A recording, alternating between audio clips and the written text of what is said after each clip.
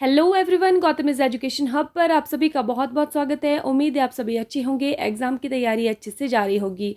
आज है 1 अगस्त 2024 और आप आज की करंट अफेयर की क्लास आप लोगों के सामने। क्लास शुरू करने से पहले आप लोगों से छोटी सी रिक्वेस्ट, आप लोग अगर चैनल पर नए हैं तो प्लीज़ चैनल को सब्सक्राइब कीजिएगा, वीडियो अच्छी लगे तो लाइक कीजिएगा और ज़्यादा से ज़्यादा शेयर कीजिएगा।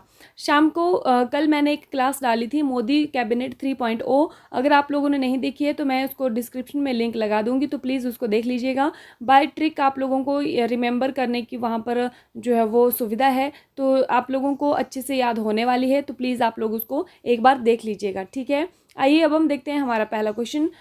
2025 में पुरुष क्रिकेट एशिया कप की मेजबानी कौन सा देश करेगा? ऑप्शंस हैं भारत, बांग्लादेश, ऑस्ट्रेलिया, इनमें से कोई नहीं। सही आंसर हमारे पास होने वाला है ऑप्शन नंबर ए, भारत, ठीक है। किसकी यहाँ पर बात हो रही है? पुरुष एशिया क्रिकेट कप की यहाँ पर बात हो रही है, और ये 2025 की बात, तो मेजबानी कौन करने वाला है? भारत जो है इसकी मेजबानी करने वाला है, ठीक है। अब देखिए, एशियाई जो क्रिकेट परिषद है उसने 2025 और 27 में आयोजित होने वाले आगामी द्विवार्षिक पुरुष क्रिकेट एशिया कप की मेजबानी की घोषणा की है। 2 वर्ष में जो एक बार होता है, ठीक है। T20 प्रारूप में 2025 में जो मेजबानी करने वाला है वो भारत करने वाला है, और बांग्लादेश जो है वो एक दिवसीय अंतर्राष्ट्रीय प्रारूप में 2027 संस्करण की मेजबानी करने वाला है, ठीक है। तो ये आपको ध्यान रखना है। नेक्स्ट अगर हम बात करें, हाल ही में इस्माइल हानियेह उग्रवादी फिलिस्तीन समूह हमास के राजनीतिक नेता थे, ये कि किस देश में हत्या कर दी गई है? ऑप्शंस हैं फिलिस्तीन, ईरान, इजराइल या फिर इनमें से कोई नहीं। सही आंसर हमारे पास होने वाला है ऑप्शन नंबर बी, ईरान, ठीक है। नाम क्या था इनका? इस्माइल हानियेह, ठीक है। हमास के जो है वो नेता थे ये, यहाँ पर राजनीतिक नेता थे हमास के, ठीक है। तो ईरान में इनकी जो हत्या है वो कर दी गई है, और इसका जो इल्ज़ाम है अभी फ़िलहाल इजराइल पे लगाया जा रहा है, लेकिन इजराइल ने इसको स्वीकार नहीं किया हुआ है। तो अगर हमने अभी देखिए करंट में पढ़ा था कि ईरान के जो राष्ट्रपति थे इब्राहिम रईसी, उनकी हेलीकॉप्टर दुर्घटना में मौत हो चुकी थी। तो उनके बाद जो राष्ट्रपति बने हैं और जिन्होंने राष्ट्रपति के रूप में शपथ ली है, उनका नाम क्या है? उनका नाम है डॉक्टर मसूद पेजेशकियान। ये भी आप लोगों को ध्यान रखना है, ठीक है, इंपॉर्टेंट है, आ सकता है एग्जाम में। क्वेश्चन नंबर 3 है, संघ लोक सेवा आयोग का नया अध्यक्ष किसे नियुक्त किया गया है? ऑप्शन है प्रीति सूदन, श्रीमती RM बाथ्यू, RN बनर्जी या फिर डॉक्टर मनोज सोनी, ठीक है। तो सही आंसर हमारे पास क्या होने वाला है? इसका सही आंसर हमारे पास होने वाला है option number A, Preeti Sudan, ठीक है। क्या बनाया गया है इनको? UPSC संघ लोक सेवा आयोग, यूनियन पब्लिक सर्विस कमीशन का जो है वो हेड इनको बनाया गया है, ठीक है। अब देखिए, अगर हम बात करें कि इन्होंने रिप्लेस किसको किया है, तो किसके स्थान पर ये बनी है? ये बनी है डॉक्टर मनोज सोनी के स्थान पर। इनसे पहले जो अध्यक्ष थे वो कौन थे? डॉक्टर मनोज सोनी थे, ठीक है। तो उनके बाद अब ये प्रीति सूदन आई हुई हैं। प्रीति सूदन जो है वो दूसरी महिला बनी है अध्यक्ष बनने वाली UPSC आयोग की, और इनसे पहले जो थी वो मतलब पहली बार जो कौन बनी थी, पहली बार जो अध्यक्ष बनी थी वो बनी थी श्रीमती RM बाथ्यू, महिला अध्यक्ष की मैं बात कर रही हूँ।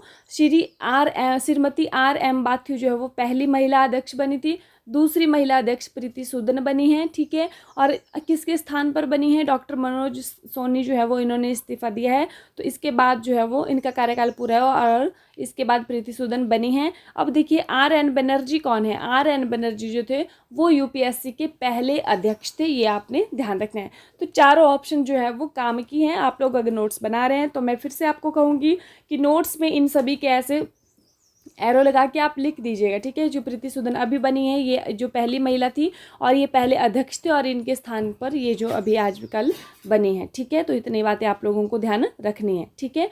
अगर हम UPSC की बात करें तो UPSC का जो अध्यक्ष या सदस्य होता है वो अपने पद संभालने की तिथि से 6 साल तक रह सकते हैं, या फिर 65 वर्ष की आयु प्राप्त करने तक जो है वो उस पद पर रहता है, जो भी पहले हो जाए, ठीक है। 6 साल या फिर 65 वर्ष की आयु। अब देखिए, ये जो संघ लोक सेवा आयोग है ये एक संवैधानिक निकाय है। ऐसा क्वेश्चन भी पूछा जाता है कि कैसा निकाय है? विधिक निकाय है, ठीक है, यह संवैधानिक निकाय है, कैसा निकाय है?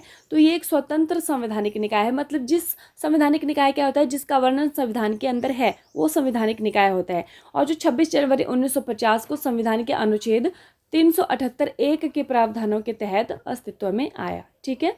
यूपीएससी के पहले अध्यक्ष RN बनर्जी थे और यूपीएससी में एक अध्यक्ष और अन्य सदस्य होते हैं। भारत के राष्ट्रपति के पास यूपीएससी के सदस्यों की संख्या तय करने की शक्ति है और इसको नियुक्त भी भारत के राष्ट्रपति ही करते हैं। ये बात भी आपने ध्यान रखनी है। आप लोग कमेंट करके बताएंगे कि ये जो यूपीएससी है इसका कौन से भाग में इसका वर्णन है, संविधान के कौन से भाग में इसका वर्णन है। ठीक है।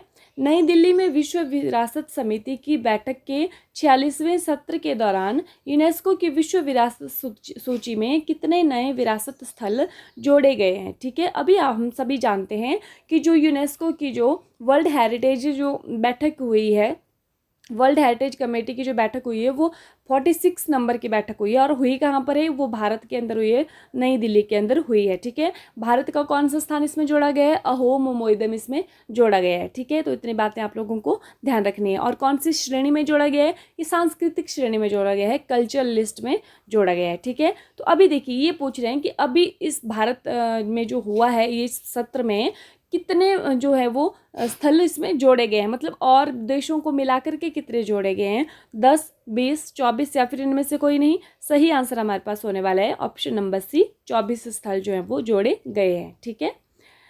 24 स्थलों में से देखिए 19 जो है वो सांस्कृतिक श्रेणी में, कल्चरल में जोड़े गए हैं, 4 जो है वो नेचुरल में जोड़े गए हैं, मतलब प्राकृतिक में जोड़े गए हैं, और 1 जो है वो मिश्रित श्रेणी में यानी कि मिक्स्ड इसमें जोड़े गए हैं। ठीक है।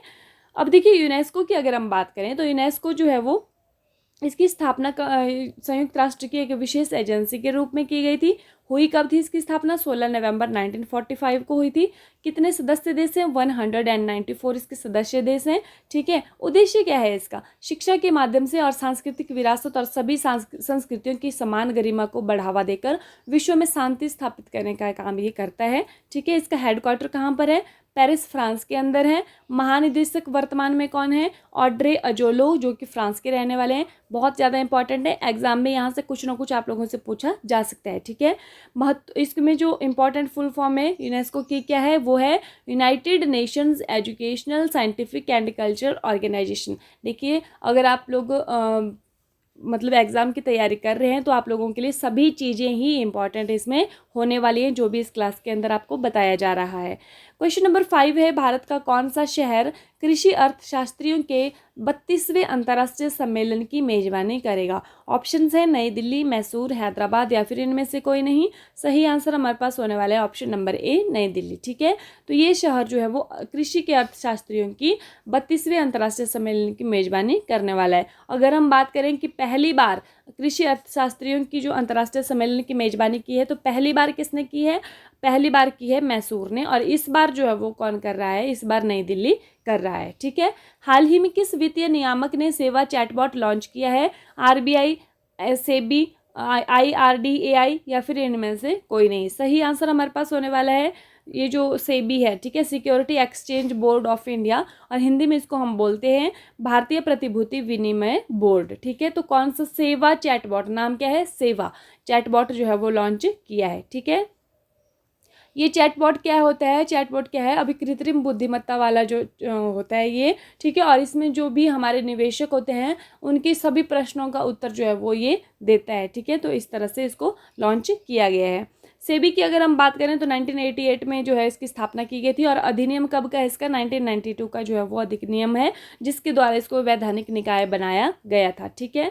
अब देखिए ये पूंजी बाजार और कमोडिटी बाजार का जो है वो नियामक है, मतलब रेगुलेटरी अथॉरिटी है ये। और ये भारत में जो अन्य वित्तीय विनियामक हैं सेबी भी केंद्रीय वित्तीय मंत्रालय के अधीन है। कभी कभी क्वेश्चन आ जाता है कि कौन से मंत्रालय के अधीन है, तो ये वित्त मंत्रालय के अधीन है, ये भी आपको ध्यान रखना है। इसका हेडक्वार्टर कहाँ पर है, मुंबई में है। अध्यक्ष कौन है, माधवी पुरी बुच इसके अध्यक्ष हैं, और ये पहली महिला अध्यक्ष हैं, ये भी आप लोगों ने ध्यान रखना है। ठीक है। सेबी की फुल फॉर्म क्या है, securities exchange board of India. ठीक है। मैं फिर से बता रही हूँ कि इस क्लास में जो भी आपको पढ़ाए जा रहे हैं बहुत ही इंपॉर्टेंट है आपके एग्जाम के लिए। 2024 पेरिस ओलंपिक में 10 मीटर एयर पिस्टल मिश्रित टीम निशानेबाजी स्पर्धा में कांस्य पदक किसने जीता है, मनु भाकर, सरबजोत सिंह, गगन नारंग या फिर ए और बी दोनों। सही आंसर हमारे पास होने वाला है ऑप्शन नंबर डी, ए और बी दोनों, क्योंकि मिश्रित टीम निशानेबाजी स्पर्धा है इसीलिए 2 लोगों ने इसको जीता हुआ है। तो किसने जीता है? एक तो मनु भाकर हो जाते हैं और दूसरे सरबजोत सिंह। अभी देखिए हमने एक बात और भी पढ़ी थी कि मनु भाकर ने जो है पहला कांस्य पदक जो है वो 10 मीटर एयर पिस्टल में जीत लिया है, ठीक है। तो मनु भाकर का तो ये दूसरा वाला कांस्य पदक है, मतलब पदक है दूसरा, और सरबजोत सिंह का ये पहला पदक है, ये भी आपने ध्यान रखना है, ठीक है। इंग्लिश चैनल को सफलतापूर्वक पार करने वाला सबसे कम उम्र का पैरा तैराक कौन है? आरती शाह, जिया राय, मिहिर सेन या फिर इनमें से कोई नहीं। सही आंसर हमारे पास होने वाला ऑप्शन नंबर बी, जिया राय, ठीक है। तो यहाँ पर इंग्लिश चैनल को सफलतापूर्वक पार करने वाला तैराक की बात नहीं हो रही है, लेकिन यहाँ पर बात हो रही है पैरा तैराक की, ठीक है। पैरा एथलीट की बात हो रही है, पैरा तैराक की बात यहाँ पर हो रही है, ठीक है। तो जिया राय है, और कितने वर्ष की उम्र है इनकी?